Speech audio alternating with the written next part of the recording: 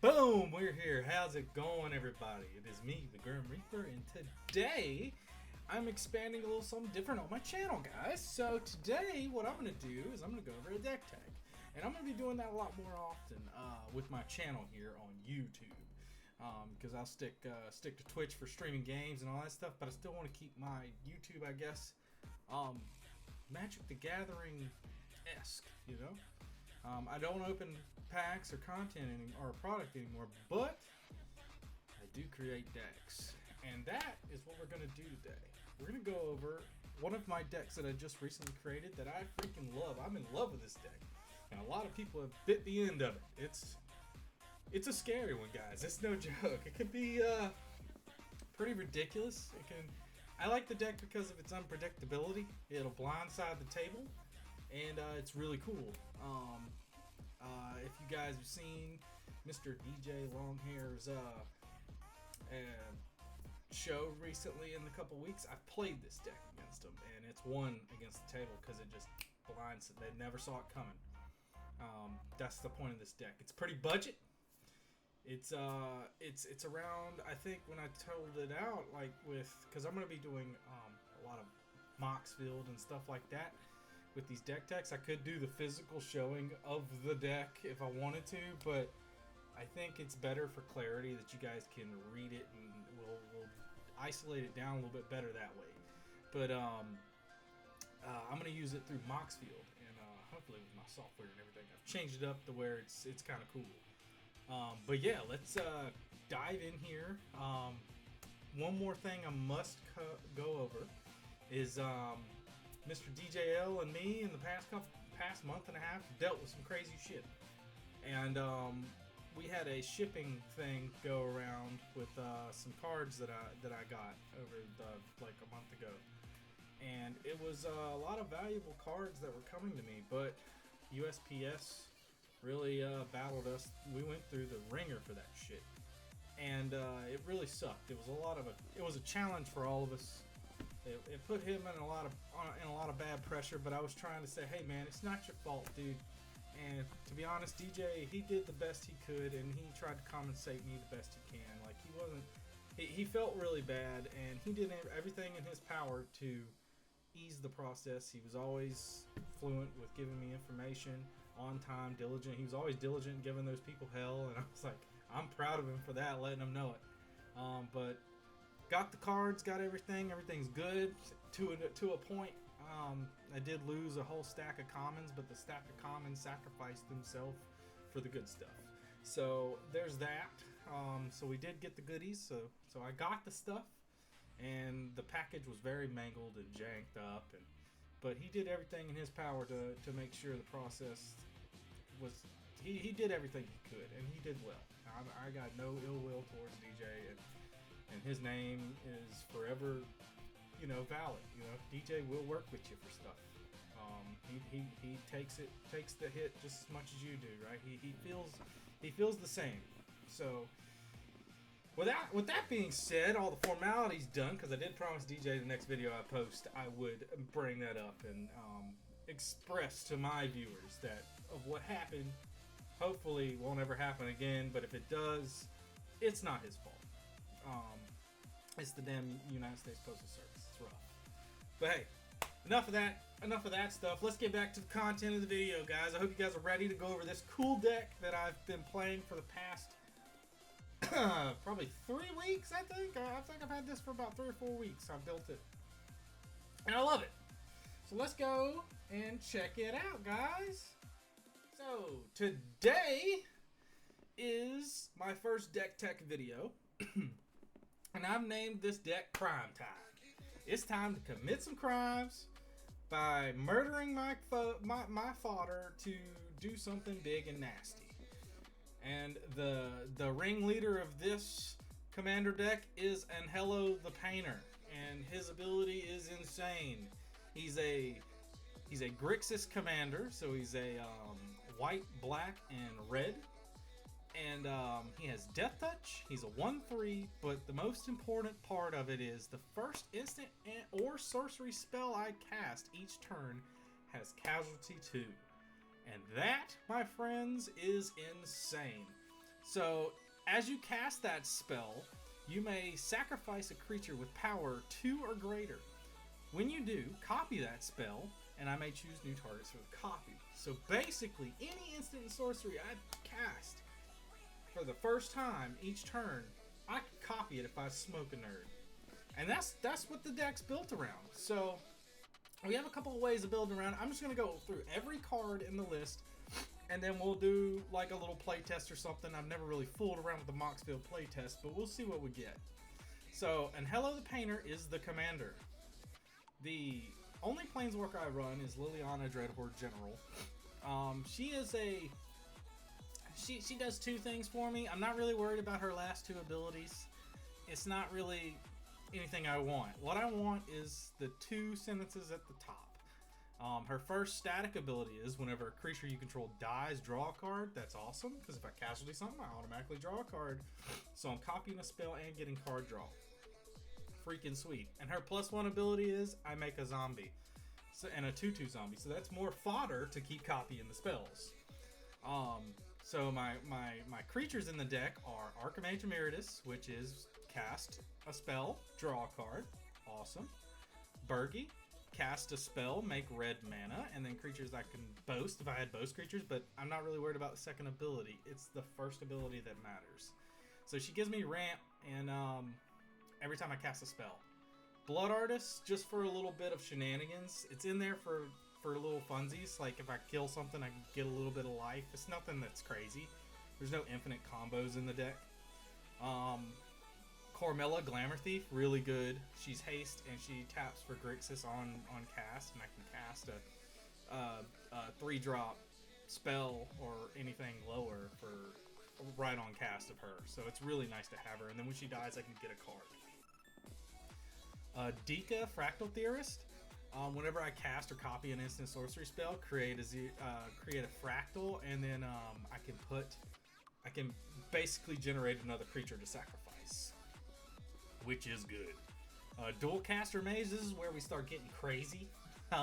This is where it starts getting real insane, because maybe I could copy it 3 times, and then that's insane considering some of the instants and sorceries I have in this deck. It'd go nuts. He's just awesome, and he's a casualty, so like it's pretty nuts. So like if I cast instant and sorcery, then I can flash him in as I cast the spell and then casualty him, so I can get 3 copies, which is stupid. Goblin Electromancer, just a reducer. Kess is good because I have a lot of graveyard recursion of my instant and sorceries. I got a good bit of spells in here that I can bring spells back, and Kess is perfect for that. Lightning Reaver, he's pretty cool. Whenever Lightning Reaver goes coming down his channel, put a shard. Oh no, this is the wrong guy. I actually added this guy in here. I shouldn't have. Yeah, that's probably gonna get tanked. Hold on. I don't know why he's in here. That's not in here at all. Why is that in here? Let me look at my instance. Yeah, why is Lightning Reaver in here? That's not in the deck.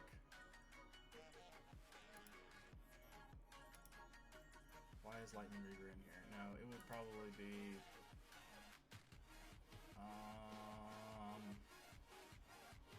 yeah, I don't know why Lightning Reaver's in there. I'll have to go back and mess around with that, but that's weird. Where did it come from? Mole Drifter. Self-explanatory, get some cards. Papa Stitcher. He's cool. Every time I cast, I create a 2/2 zombie creature with Decayed. That's just another guy to sacrifice. Snapcaster Mage. Now this guy can be disgusting, because I could cast him, and then I could, it gives me a target instant or sorcery in my graveyard flashback, so I could cast a previously casted instant or sorcery and use him as sacrifice fodder to casualty it, which is really, really good. Talrand, every time I cast an instant sorcery, make a 2/2 Drake, makes more fodder. Trophy Mage, it is a tutor for an artifact mana cost 3, and there is one artifact in here that we want for mana cost 3, and we will get to that when we get there. Trophy Mage is a good tutor for that. Alright, so now we're going to get to some of the meat and potatoes of the deck. This is where it gets crazy. So we have Army of the Damned. It's pretty good. It creates a bunch of zombies. It's not really too choiceful, but it's pretty cool to create 26 zombies in a turn. That's pretty insane. Blasphemous Act is just a board wipe to have a board wipe, because every deck needs at least one. This is one of the game enders. Crackle, Crackle with power. It deals X damage, 5 times X damage up to X targets. So like, once we go over some of the ways of doing said damage, big X spells are not. I love big X spells. They're really cool. And Crackle with power is one of the game enders. That one's insane. Damnable Pact. That's another potential player removal spell. Or I could just do it to myself. I can just draw some cards if I need them. But mainly if someone's almost milled out, I could just make them draw their deck and they die. Expressive Iteration. There's not much you need to speak about. This card is just good. It's auto include. It's just very good. Look at the top 3 cards of my library. I put one in my hand. I put one into the bottom of my library and exile one of them, and I can play it. And I can play that. So it's pretty sweet. Like, it's just look at the top 3, and I got options. Exsanguinate. That's another game ender. It's just copy a spell a lot, get a lot of mana, and boom, the board. They're dead. Faithless Looting, card draw, gotta have it. Feed the Swarm, enchantment removal, because in these colors there's not that much. Finale of Revelation, this is just a really cool card. I love it. It's really good to like draw a bunch of cards and potentially try to win the game after you draw the cards. Howl the Horde, it's another copy spell. It's a cool little cons card. I figured I'd throw that in there. This is one of the cards that potentially could win me the game. These next 2 cards are the game winners. So Jeska's Will is one of them. I want to copy Jeska's Will at minimum 3 times if I'm ready to win the game. Yeah, that's pretty gross. Like, if someone has 6 or 7 cards in hand, or if someone has like a Thought Vessel with a lot of cards in their hand, if I copy a Jeska's Will even twice, 2 Jeska's Wills are even gross, but like I can get to a multitude of 4 copies of this card, and it will end the game, because then you could just play Crackle with Power following, and they're dead.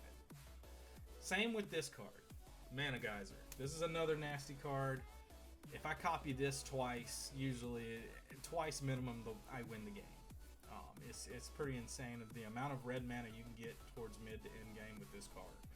It's insane if it goes through, but I have protection for it. Past in Flames, another gangster of a card. It's good.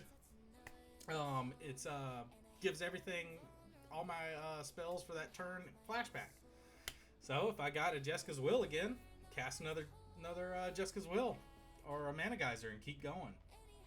Ponder, looking for more fixing. Preordained, same. Drawing and scrying. Torment of Hellfire, this is the final ender right here. Torment of Hellfire for like 25 or 30 is a game ender. It's disgusting. So yeah, that's the auto-include killer of the game. So I have 3 big killers: Exsanguinate, Crackle of Power, and Torment of Hellfire, and I'm going to be sifting through my deck a lot to get to those win cons.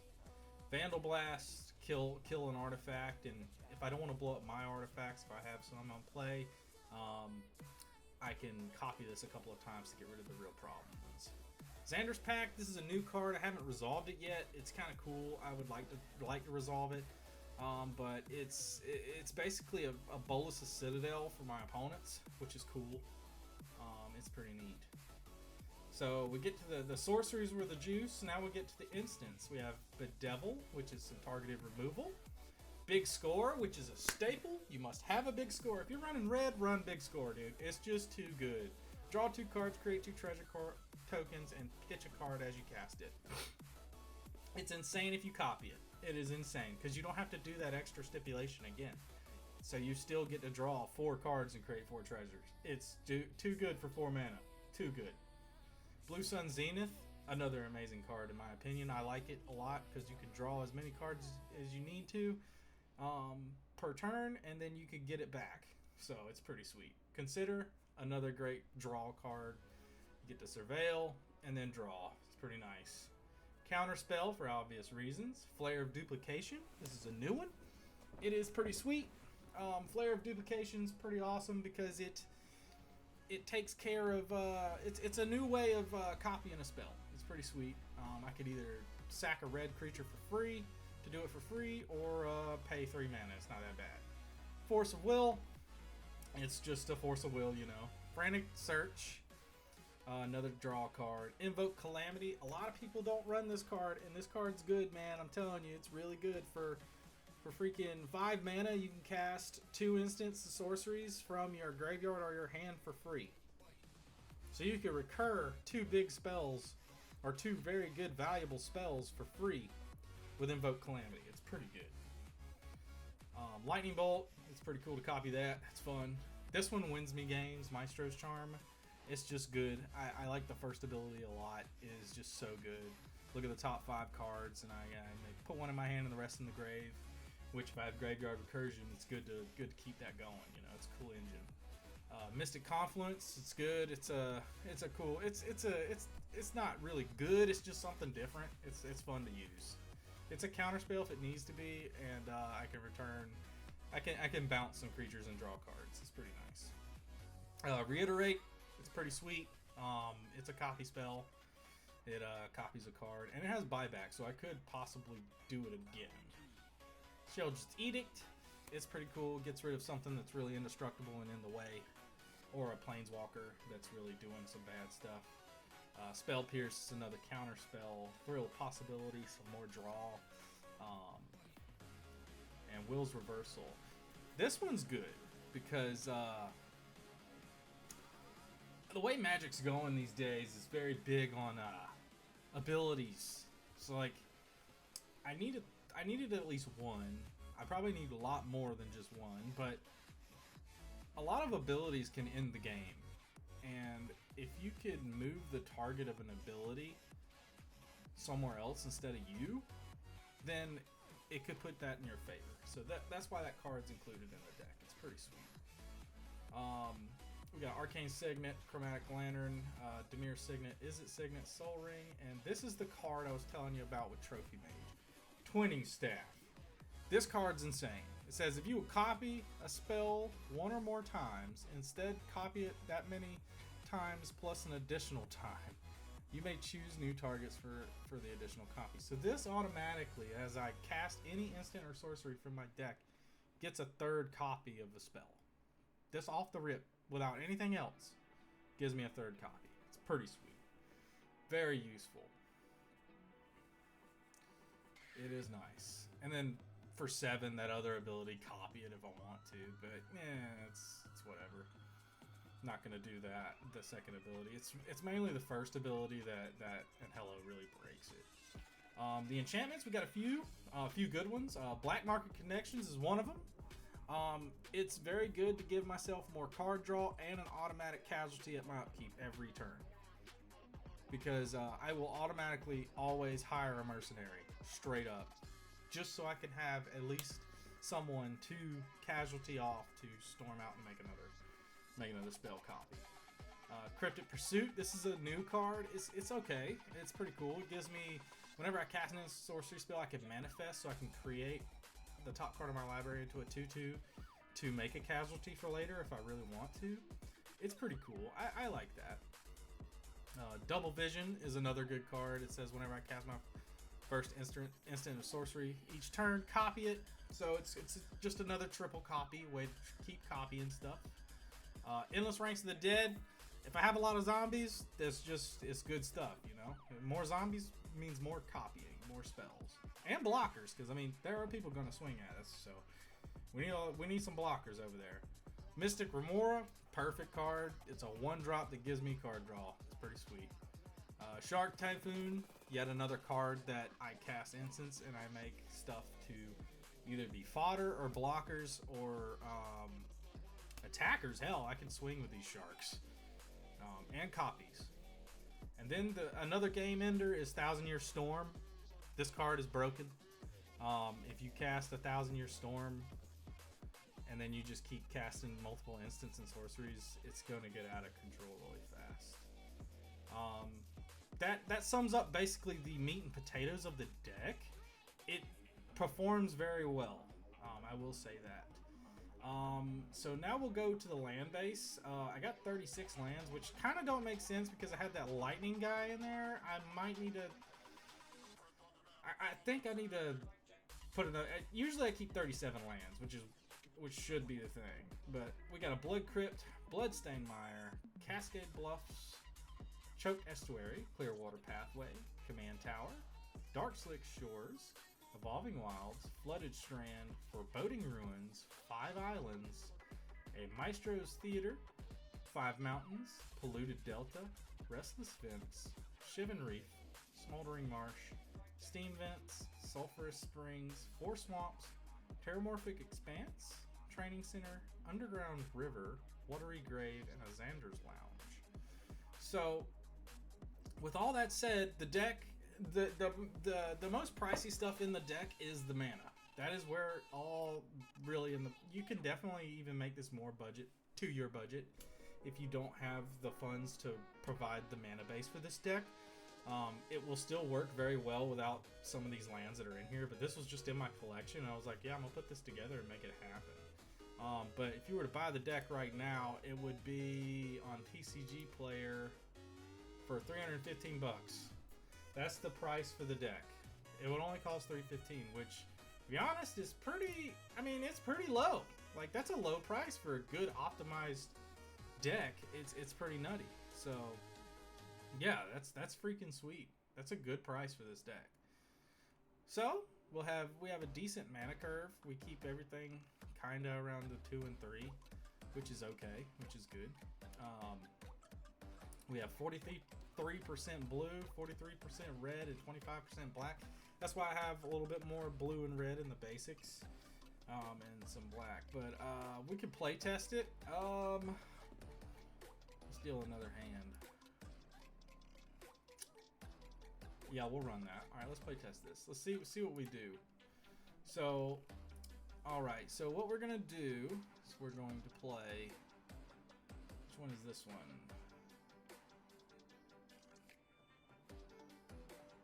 Battlefield tapped. I'll play the duel first, and it'll be tapped. Oh well, I have to draw for a turn, but yeah. Okay, we have a Spell Pierce. So yeah, we would go there. We'll go to turn 2. We draw our card. We have a Blood Crypt. Okay, so now we're kind of set up pretty well. We're going to play. I think it would be smart to just go ahead and play a Blood Crypt tapped. Yeah, we'll just have it tapped, and we'll go to turn 3.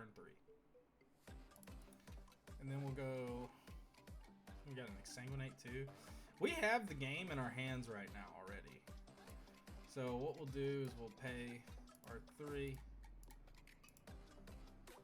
We already have the game in our hands. We just gotta get the tools to do it. So we'll play Anhelo. That'll be a start. And we'll go to turn 4. Play an island. And then what we're going to do is we're going to...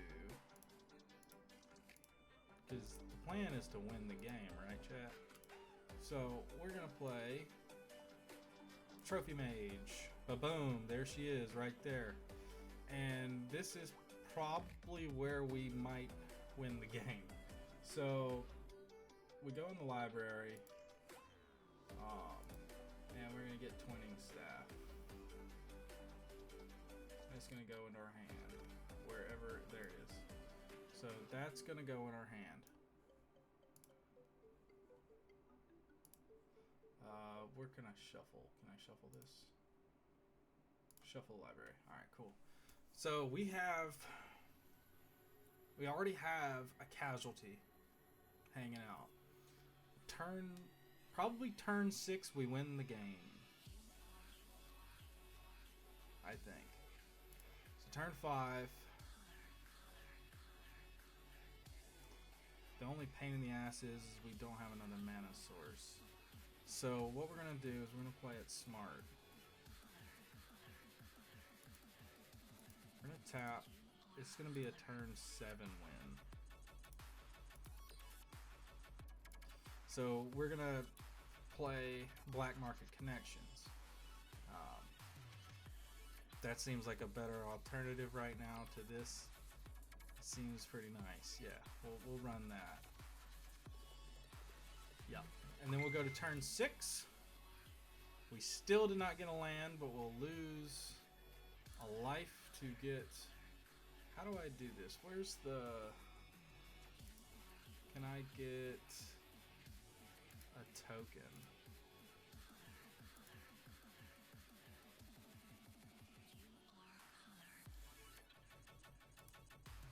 Add token, okay. Get a treasure token. And I think we're going to draw a card too, so we'll lose 3 life. Perfect. Since we missed our land drop. Yeah, perfect. So we'll play a mountain. It's 2 black pips. Okay, well, what we'll do is we'll play Twinning Staff.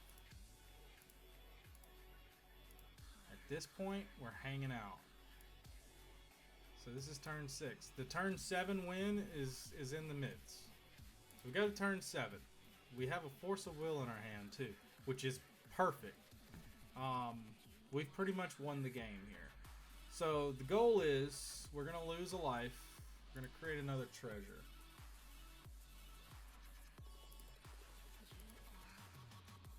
Yeah, we got a treasure token, and we're also gonna draw a card. So we'll lose 3 life. Go to 33, right? We'll play. I mean, Terramorphic Expanse really doesn't matter. We'll play it for turn. Okay, so this is where we win the game. So first, we're going to tap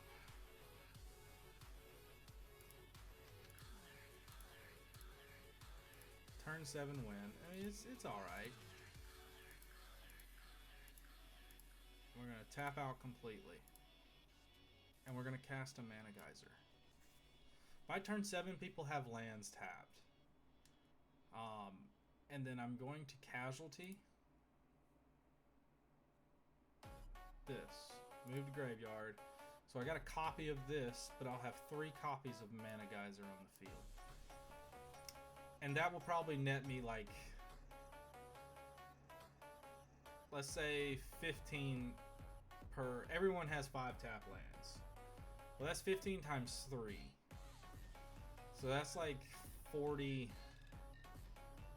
How much is that? Yeah, that's 45 red mana. Move that to the graveyard. We'll move this to the graveyard for black. And we exsanguinate for 45 and win the game. That's it. It's very good. This seemed like a very optimal start. I also had some protection, so like if someone tried to counter Mana Geyser, I would have exiled this Shark Typhoon and Force of Willed it. So that was game right there. Pretty good little start of the hand. That was very awesome. So that's the playtest for $300. Not that bad. But yes, everyone, that was my Anhelo the Painter deck. That's my deck tech. These are going to be some long videos. I got to figure out how to do timing and everything. But hey guys, if you enjoyed the show, I appreciate you guys sticking around watching it. It was a lot of fun. Cool deck tech today. I'm going to start doing more of these deck tech videos. I hope you guys enjoy it and build this deck, man. It's a monster. You'll be a Public Enemy #1 over there at the LGS running this bad boy. And hello, crime time. Alright guys, well I'm out of here. Hope you enjoyed the show. I'll try to upload videos more often on YouTube. But anyway, peace, love, and harmony. I'm out of here. Take it easy.